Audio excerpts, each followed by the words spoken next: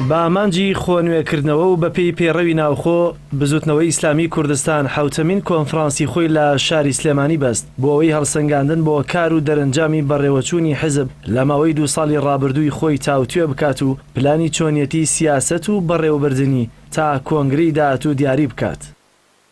لەم کۆنفرانسەدا ئێمە ئامانجمان ئەوەیە کە نمونەیەکی جوان پێشکەش بکەین و ئەو سەرنج و تێبینیانەی کە لە ئەدای حیزبدا هەیە ئەندامان و ئەندامانی کۆنگرە قسەی خۆیانی لەسەر بکەن و بۆ ساڵی داهاتوو بزوتنەوەی ئیسلامی ئەو ئەگەرانەی کە دێتە بەردەمی بە شێوازێک تەعاملی لەگەڵا بکە کە لەسەر خواستی ئەندامانی کۆنفرانس و تەواوی ئەندامانی حزب بێت.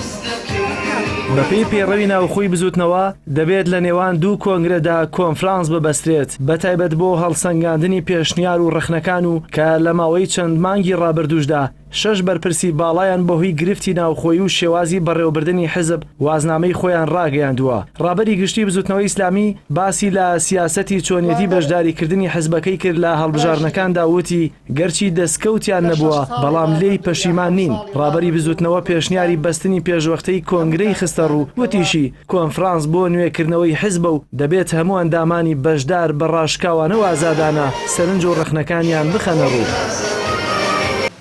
ساڵێکی تریانی ئەم کاتە لە 11ی پێنجە کۆنگرەی بزوتنەوەی ئیسلامی ببەسرێ و بەبێ 1 ڕۆژ تەخیر بۆی کەوا ئێمە بتوانین لە ماوەی ئەم ساڵا کۆمەڵی چاکسازی تر بکەین و کۆنگرەی ئایندەی بزوتنەوەی ئیسلامیش کە ئینشاءالله لە هاوکات بێ لەگەڵ ساڵیادی ئیعلانکردنی بزوتنەوەی ئیسلامی لە 11ی پێنجە هەموو کەس ئازادە لە دەربڕینی ڕێی خۆی، هەموو کەس ئازادە لەوەی چۆن 2 ساڵی ڕابردووی بزوتنەوەی ئیسلامی هەڵەسەنگێنێ.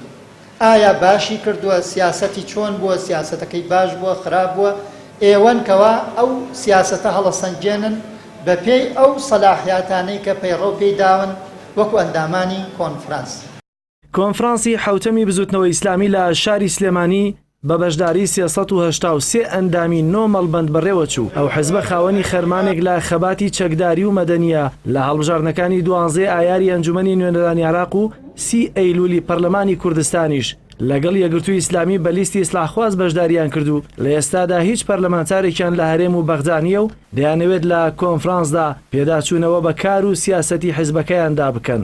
جەلال محەممەد، کەناڵی ئاسمانی پەیام، سلێمانی.